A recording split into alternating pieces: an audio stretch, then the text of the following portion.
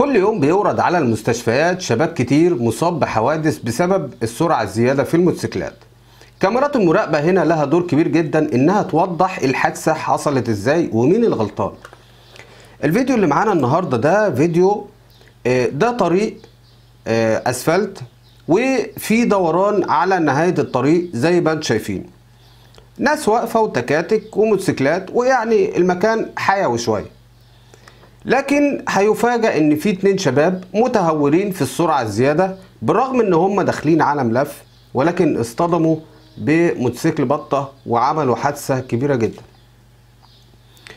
زي ما احنا شايفين في الفيديو ده الطريق، وفي شارع جانبي يمين والناس راكنة في ناس راكنة بنص، يعني تكاتك راكنين في نص الطريق، لكن الطريق يعني في مكان تمشي فيه.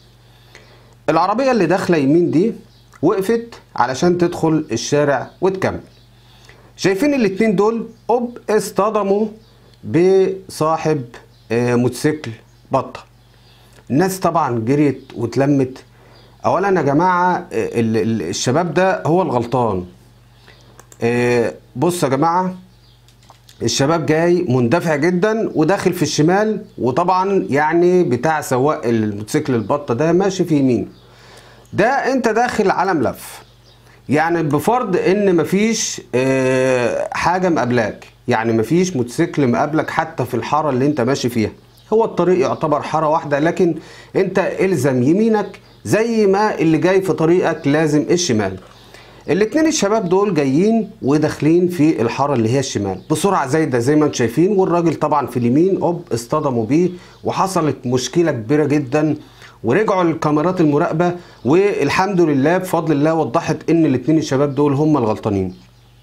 طبعا كانت في اصابات جامده جدا لصاحب المكنه البطه دي، والناس اتلمت يا جماعه، لان نتيجه السرعه الزايده دي انت ممكن تضحي بنفسك وتضحي باللي راكب معاك.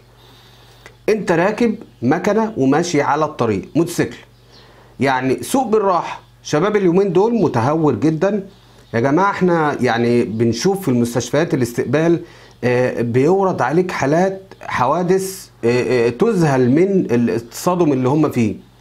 ممكن تلاقي وش الشاب قد كده وارم قد كده بسبب يعني اصطدام. تسأل ايه المشكله يا جماعه، يقول لك حادثه موتوسيكل. السبب هنا مستحيل تلاقي واحد كبير في السن عامل حادثه، الا اذا كان مجموعه شباب طايش ومركب السماعات وماشي. ودي طبعا ظاهره انتشرت في الاواني الاخيره دي. تبص تلاقي الموتوسيكل بتاع حيله امه ده شريب التقسيط وماشي مركب سماعات ومعلي صوت السماعات وحاطط هاند فري في ودنه وعامل فيها الشاب الروش، طبعا عشان خاطر البنات وعشان خاطر يعاكس، ويبقى كده هو شاب يعني في قمه الجنتله وفي قمه الروشنه. هو الشياكه والاناقه مش في موتوسيكل وان انت مشغل اغنيه حمو بيكا وماشي في الطريق والكلام الجو اللي احنا بنشوفه في الشوارع ده. الشباب ده طبعا يعني بيجي قدام بنات بيحب يعني يعمل حركات كده، وان هو طبعا طاير وحاجه، يعني انسان راجل خارق يعني. بص الشاب ده شاب خارق مش هتشوف زيه. يفاجئ ان هو يلبس ويعمل حادثه، وحادثه موت، يعني حادثه موت. الحادثه اللي زي دي يا جماعه العيال دي مضحيه بنفسها. مستحيل انت داخل يعني رامي نظرك من على بعد شايف تكدس وشايف عربيات وتكاتك واقفين في نص الطريق، وانت طبعا داخل عليهم بالسرعه دي. يعني حد بيعبر الطريق هتشيله. عربيه انت يعني انت مش في وعيك. الشباب ده في الغالب بيبقى مش في وعي، يا متهور يا شايف نفسه معلش يعني طايش وحابب ان هو شايف نفسه انسان حاجة تانية، هو ماشي مشغل السماعات بقى والدنيا يعني. هنفرض ان انت راجل دلوقتي شاب، انت ماشي على الطريق لامح من بعيد ان دي في حارة لفة شمال كده شوية، يعني انت هتاخد شمال بالسرعة دي مش تعرف تلم نفسك وانت داخل شمال، وبالتالي ممكن تقلب. واضح ان في قدام شوية كده ممكن تقلب على جنب وتلبس في البيوت، وتبقى انت ضيعت نفسك وضيعت اللي حواليك، وممكن يعني يحصل لك بلاوي كتير. الفيديوهات الحوادث ده يا جماعه انا بحب انوع عليه، لان ايه يعني احنا بنشوف شباب كتير هو سبب التهور في السواقه، هي دي المشكله. بتعقد انا لما اشوف شويه شباب كده يعني عاملين نفسهم روشين وقدام بنات ويمشوا بقى كده قدام الشوارع وفاكرين نفسهم ان هم يعني ياما هنا ياما هناك. دي طبعا حاجات يعني معرفش. يا جماعة يا ريت نربي ولادنا كويس. وطبعا اللي شاري موتوسيكل قسط والشباب ده يا ريت اهاليهم تخلي بالهم منهم.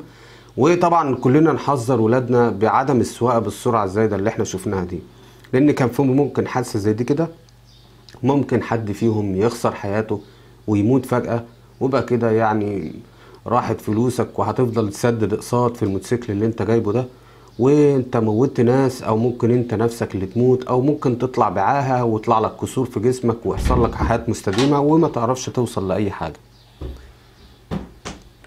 ايه يا اتم؟ نهارت لي. طيب انا بسجل يا اتم.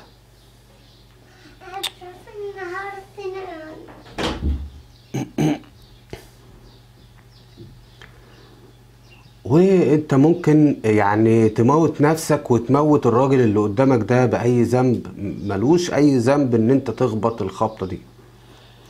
يا ريت يا جماعة نحذر ولادنا حفاظا على سلامتهم. يعني انت عندك ابن عنده موتوسيكل، يا ابني سوق بالراحة، يا ابني خلي بالك من نفسك، يا ابني الطريق ده ملوش امان. جايز حد بيعدي الطريق قدامك ما تاخدش بالك فتشيله، يا هو يموت يا انت تصاب بحاجة بكسور وتروح المستشفيات ويحصل لك عاهات مستديمة، وفي الاخر يعني بيبقى انت الخسران ومفيش حد تاني خسران غيرك. يا ريت يا جماعه نشير الفيديو ده على اوسع نطاق عشان خاطر نوعي شبابنا الطايش، الشباب المراهق بيمر بمرحله صعبه جدا. لازم حد يوعيهم، لازم نوعي شبابنا بالسواقه بالراحه كده عشان خاطر ربنا يعدي على خير. وشكرا ليكم واستنوني في حلقه جديده، الى اللقاء.